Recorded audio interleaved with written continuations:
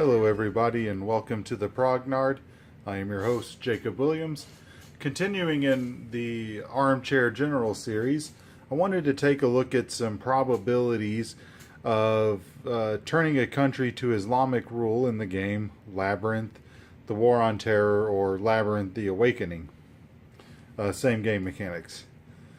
So in this game, when you want to shift a country to from poor to Islamic rule, you have to do something called a major jihad, and you end up having to roll dice, and you have to get certain things for that to successfully happen.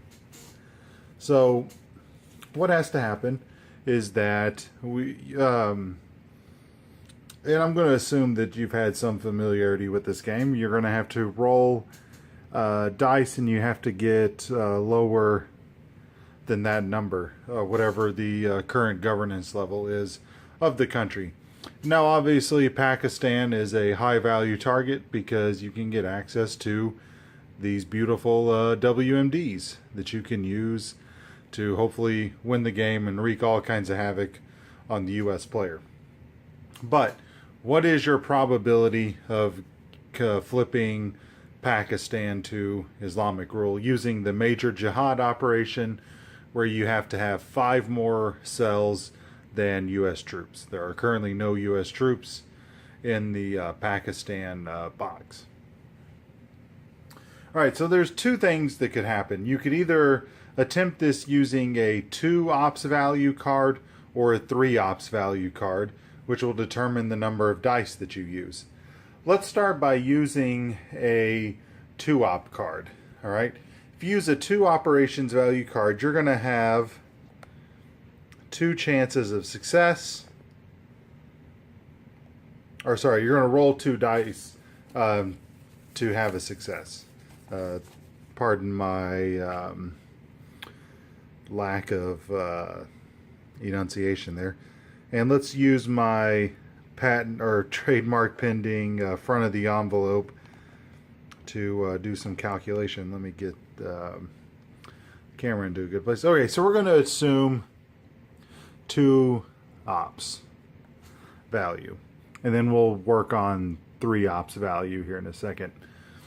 So if we have 2 ops, how are we going to calculate this? You need 2 successes for a major jihad to be successful and move your country over to Islamic rule.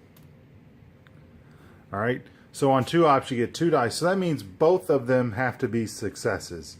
Okay, and we know from the Zaya video, episode 2 of the Armchair General, that whenever we need 2 things to happen at the same time, we are going to multiply them together if they're what they call independent events. Independent events would be like rolling dice. Drawing cards would be something called a dependent experiment or dependent event, because as you draw more cards, the ratios of the sample space change. Okay, so with it being at poor, that means we have a 50-50 chance on each die to roll less than that, because you have 1, 2, 3, 4, 5, 6, and we need these. So 1, 2, 3 out of 1, 2, 3, 4, 5, 6. 3/6 is 1/2, right? So we have a 1/2 chance of doing it on the first die, and 1/2 chance on the second die. And as I've discussed in previous videos, when you have 2 things that have to happen and they're independent, you can just multiply them together. So you have 1/4 of a chance of converting a country to Islamic rule using the major jihad ops. You have 1/4 of a chance of doing that with 2 ops. Okay, now what if we had 3 ops? Well, we can't do it quite this simply. We need to do a Bernoulli trial or binomial trial, and I also discussed that in the Zaya video. But when we do that, and let me just put the quick formula down. To do a Bernoulli trial, it's You'll see different letters for this, but let's do n choose x. All right, where n is the number of total experiments, or in this case, number of dice rolled, and then x is the number of successes you need. And then you multiply that by the probability of success raised to the x power times q, which q is the chance of failure, which is also 50% in this case, to the n minus x. So that's the probability here. So if we're rolling 3 dice, we have 2 cases in which there's a success, right? And that is we either roll 2 dice or 3, or sorry, not that we're rolling 2 dice, but 2 of the 3 dice are successful, or all 3 of the dice are successful. All right. So let's we can do these each separately and add them together because of that or condition. All right. So if we do, we're rolling 3 dice because we're assuming we're using a 3 ops card. We need 2 of those to be successes. Then the probability of success is still 1/2. I'm going to square that. And then the probability of Q, which is 1 minus P, is still 1/2. And that's to the first power because 3 minus 2 is 1. Or, so we add, we'll have 3 choose 3. So this is the case where we roll 3 dice and all 3 are successful, which means under 3 in this case. I'm going to multiply that by 1/2 to the third power. Then we're going to multiply 1/2 to the 0 power because 3 minus 3 is 0. All right. So doing some math here. 3 choose 2 is 3 because anything choose 1 less is that number. 1/2 squared is 1/4. And then 1/2 to the first power is 1/2. And if we multiply these all out, we're going to get 3/8. And then here, anything choose itself is 1. And then 1/2 to the third power is 1/8. And then anything to the 0th power is 1. So 1 times 1/8 times 1 is just 1/8. So 3/8 plus 1/8 is 4/8 or 1/2.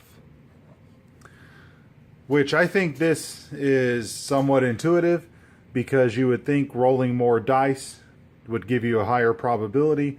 So I think this would pass an initial mental smell check, which I think is great. All right, so now that we kind of calculated the probability of what your success is of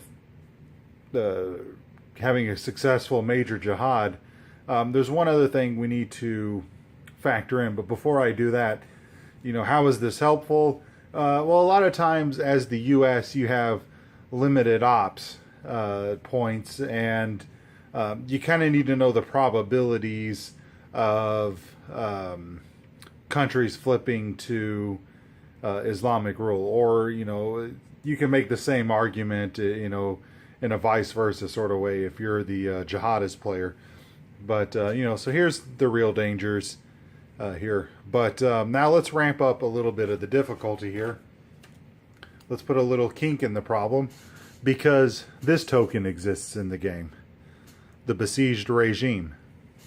So how does this change our probability calculations? All right, again, we can have 2 scenarios. We can have 2 ops or 3 ops. And when we have a besieged regime, all we need is 1 success during a major jihad to get that into Islamic rule. Right? So this changes the calculation a little bit, because now when we roll 2 dice, we only need 1 of them to be a success. Okay? So we can use what's called a basic union formula, which is the union is equal to A plus B minus A intersect B, which is to say it's the probability of one die being successful plus the probability of the other die being successful minus the probability that both are successful at the same time. So that way you don't double count events. Okay? And we can actually solve this in a couple of different ways. let me do it the mathematical way. So when governance level is at 3, the probability of success on a jihad roll is 1/2, just like we discussed. And then it's still 1/2 for the second die. And then because dice are independent events, we can find their intersection by multiplying them, which we already did over here. Their intersection is 1/4. All right. So 1/2 plus 1/2 is 1. 1 minus 1/4 is 3/4. All right. Which makes sense because we only need one success. The probability should dramatically go up, which is what we've shown. How's another way you could do this? Well, let me actually go to the back of the envelope. You could list out the sample space, okay? So let's say this is die 1 and this is die 2. All right? Die 1 could be a success, and so could die 2. You could have die 1 as a success, but die 2 is a failure. You could have die 1 be a failure, but die 2 be a success. Or you could have it to where they're both failures. Now, because you only need one of these to be a success, how many cases do you have as success? We have one here, here, and here. So we have 3 conditions out of 4 in which a jihad success is possible. So we can be pretty confident in that math. Now things get a little more complicated when we go to the 3 ops. We could do some sort of situation like this or like this, but I think that's going to be a little messy, and I'll let anyone who's really interested do that on their own. But I'm going to do this with a series of actually no, I'm not, as I'm thinking. I'm going to do something called the negative method. The negative method is in probability, everything has to add up to be 100%. I think that's pretty intuitive. But let's say you don't know some probability. You can use 100 minus the probability of something to get the probability of something else. For example, if some event had a 75% chance of happening, you could say the chances of it not happening are 1 minus the 75%. Or 25%, okay?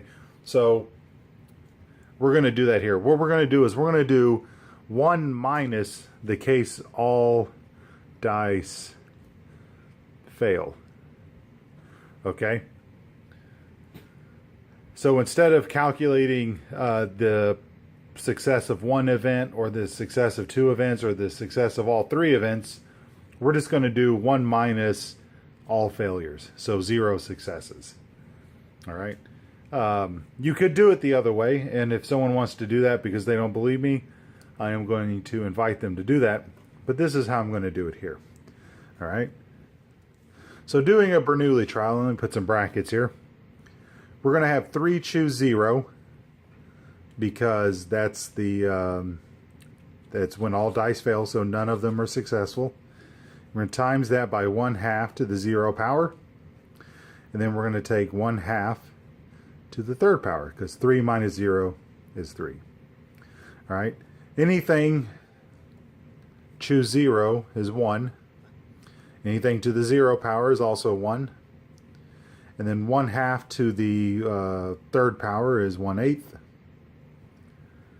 So 1 times 1 times 1/8 is 1/8. So we're going to have 1 minus 1/8, which is going to equal 7/8. Which is clearly your highest probability of success. This is, close to 90% of getting your country into Islamic rule. All right. That is it. Stay tuned for my next Armchair General segment. And if there's any games or situations that you want to recommend for an Armchair General segment, shoot me an email, theprognard@gmail.com. And with that, I'm Jacob Williams, and we'll see you next time.